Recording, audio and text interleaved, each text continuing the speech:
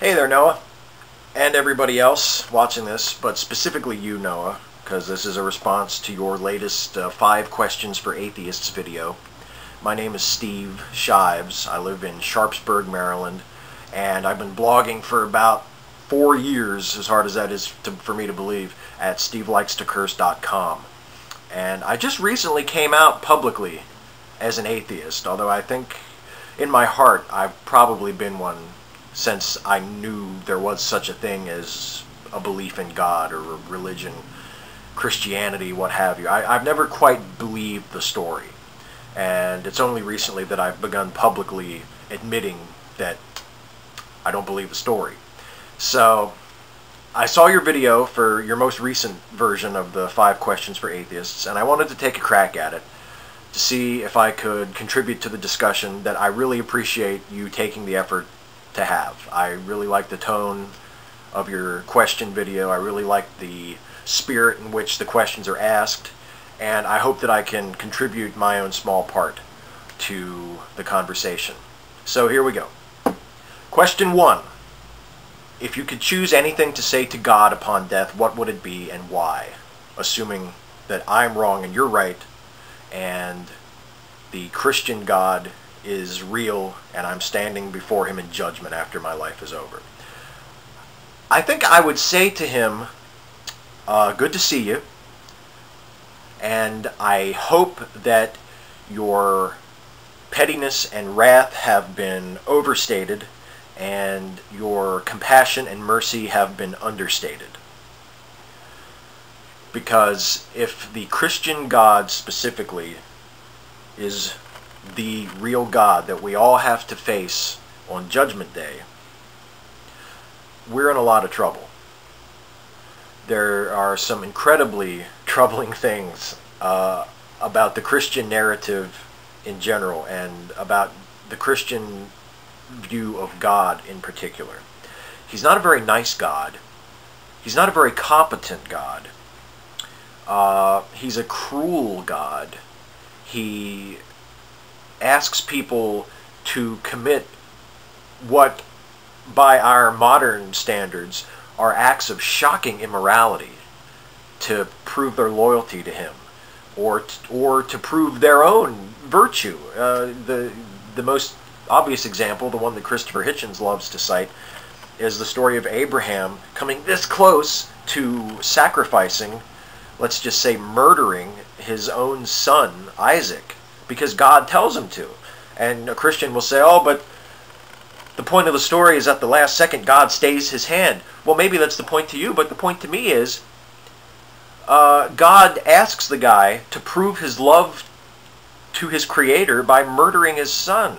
That's not a God I want to worship, and that's not a God I would ever consider moral. So if I did happen to find myself standing before him on Judgment Day, I would have to throw myself on his mercy, and I would have to really, really hope that the picture of him painted in the Bible is a very distorted one. I would really have to trust that the God who created the universe in all of its magnificence, complexity, and vastness could not possibly be as petty and as jealous and as insecure and as cruel and as incompetent as he is portrayed in the Bible. So that's my answer to that one. Question number 2. What sort of evidence would you find sufficient in order to abandon atheism and become a believer in God? And you had asked what kind of evidence would be persuasive. Would a burning bush, would a voice from the sky be good enough for me, or would I need something else? I'd need something else. A voice coming from the sky might work if everybody could hear it. I think the main problem I have with theism is that most of the facts that we have about God come to us via revelation, but the revelation only comes to one person at a time. So to us, it's a second-hand revelation, and I don't think there's any such thing as a second-hand revelation. If God saw fit to reveal himself to Moses or to Abraham or to Noah or to Jesus, or to Paul, or to you, then he can do it for me too. I will not accept your revelation. I need my own revelation. And because I'm a skeptical person, because I have a more naturalistic worldview, because I like to see evidence for things, I think it would be nice if the revelation was not just mine, but was everybody's simultaneously. There are all sorts of things that would have been compelling evidence. For instance, let's narrow it a little bit.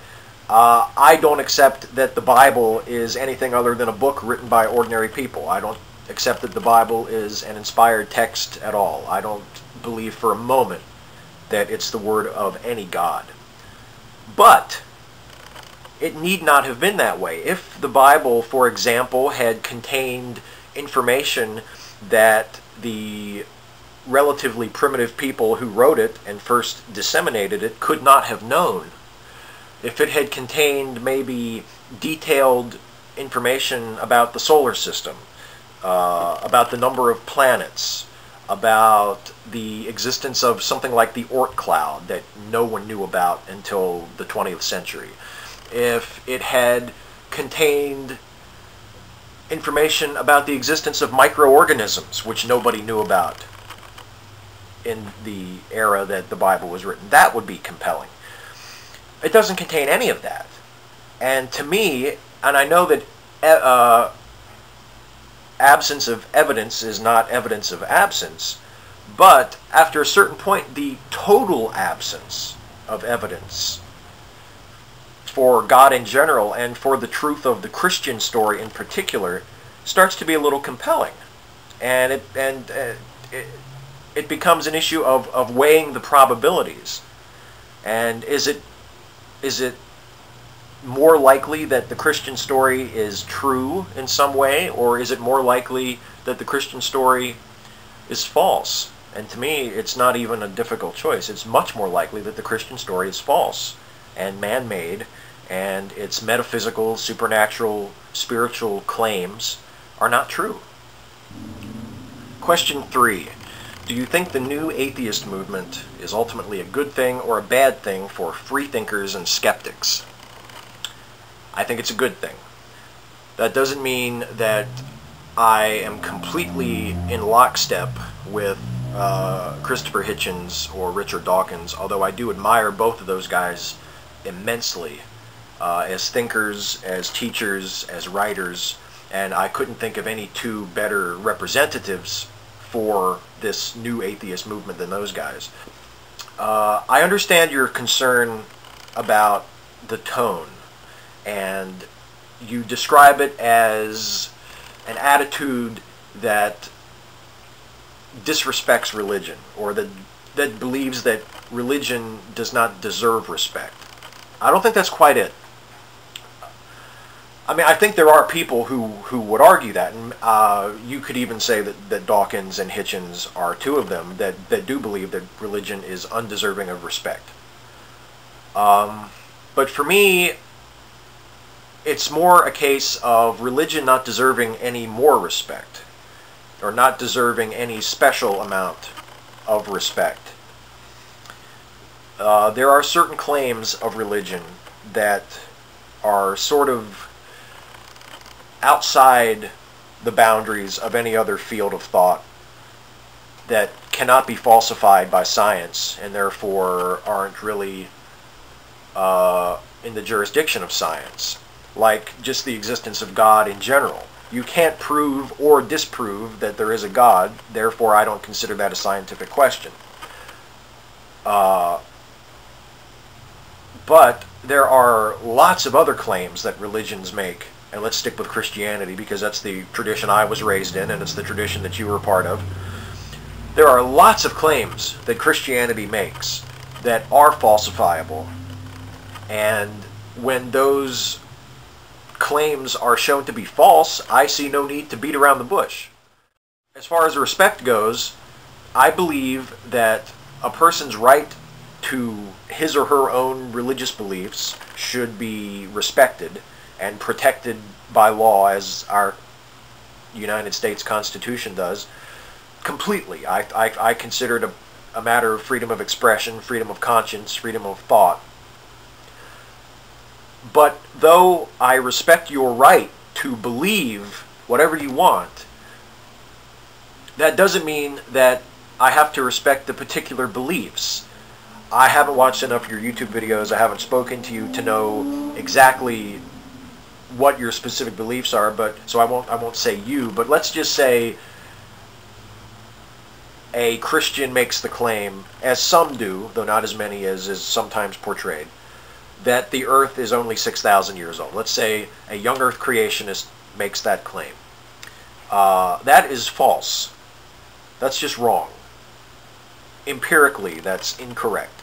And the fact that he believes it as a part of his religious beliefs doesn't entitle that belief to any more respect than if he believed it on another basis. That's, I think, where I come down on as far as the new atheist movement being a good thing.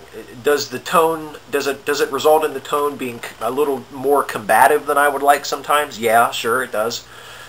But in general, it's a good thing because it pushes back against that assumption that a person's religious beliefs must be sacrosanct, beyond protecting the right to believe in them, that the beliefs themselves must not be challenged. And I just don't believe that at all. I think no matter what your reasoning is, whether you are a religious person or whether you are a non-religious person, if you say something or claim something or wish to teach something that is demonstrably false, I think you should be challenged on it. And I don't think that you should be given a pass because you can tie that belief, that tenet, that teaching, what have you, to your religious faith. That is something, that is a pushback that is a result of the new atheist movement that is at the heart of it. And I think that is absolutely a good thing for everybody. Question 4, what sorts of decisions are affected by your atheism? I'm not trying to dodge the question, but it's a difficult one because atheism is not a belief system. Atheism is a lack of belief in a theistic deity. So atheism doesn't really prescribe that I believe anything. So in that sense, it really doesn't affect decisions. My decisions are affected by me not being a Christian. There are certain prescriptions of Christianity that I am not bound to observe. For instance, because I am not a Christian or a Jew or a Muslim, I have no reason to think that there is anything immoral or improper about homosexuality. I have no reason to believe that gay couples should be subjugated or discriminated against in terms of their relationship. I'd have no reason to believe that a same-sex couple's marriage should be worth any less than a heterosexual couple's marriage. That's a religious doctrine. Because I'm not a Christian or a Jew or a Muslim, I have no reason to believe that a male child has to be circumcised at birth. I'm not as stridently anti-circumcision as, say, Christopher Hitchens is. I'm circumcised myself. I don't feel cheated by it. I don't feel scarred by it. But I think Hitchens has a point that without the religious prescription to do it, there's really no reason to do it. And when you think about it, it is sort of a weird thing. It's a very counterintuitive practice. And if not for the religious commandment to do it, why would anybody do that? And finally, what is more important? Gaining true beliefs about the world or not gaining false beliefs about the world? I see where you're going with this, I think. And I'm sympathetic. But I think it's a little bit of a false dichotomy that you're setting up. I understand the desire to not define yourself in negative terms, to not define yourself by what you are not. I try to do that myself. And I think that's one of the reasons why there's a little bit of resistance within the atheist community to the term atheist, because atheist is a negative description. You're being defined by what you are not. You do not believe in theism. You are not a theist. You are an atheist. And that's why Richard Dawkins, and he didn't create the term, but he's aligned with the people who came up with the term bright, trying to label atheists as brights instead of atheists. I think that's kind of a stupid term. I think I don't really have a problem with the term atheist, despite the definition that I just gave you. I'm not really bothered by it. That's what I am. That's the word for what I am. I'm an atheist. But I understand not wanting to define yourself negatively. But gaining true beliefs about the world and not gaining false beliefs about the world don't have to be mutually exclusive. I think it's important to do both. I think in terms of an attitude, I would rather gain truth than lose falsity. So I guess that's the answer to the question. But I don't see the point of separating the two.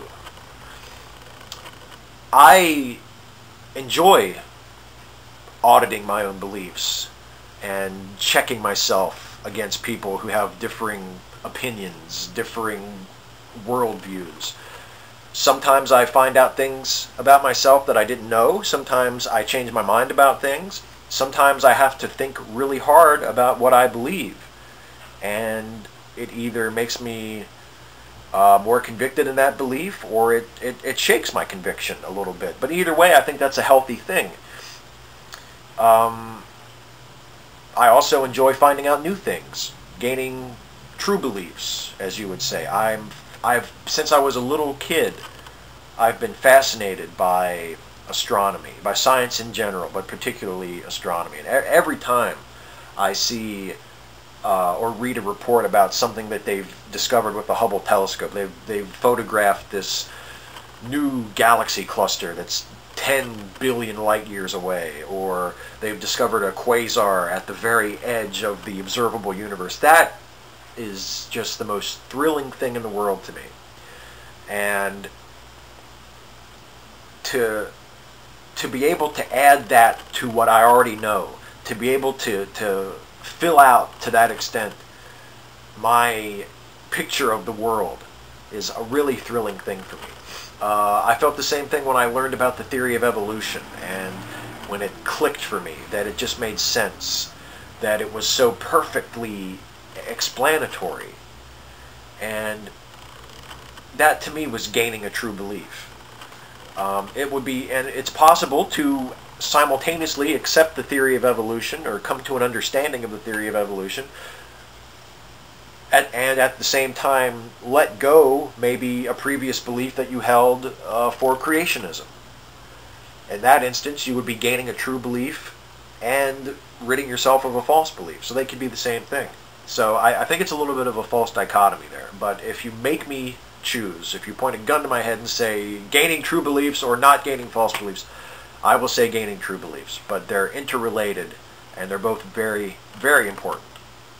So this was a lot of fun. I really enjoyed this. Noah, I hope that you watch this and you get something out of it, and everybody else too. Thanks for watching. If you want to talk about this more, if you have a question for me, or if you have anything else to say, you can email me right there. Go to my website right there. And thanks for watching. I'll see you all next time. I'm simply wild about my good cocaine.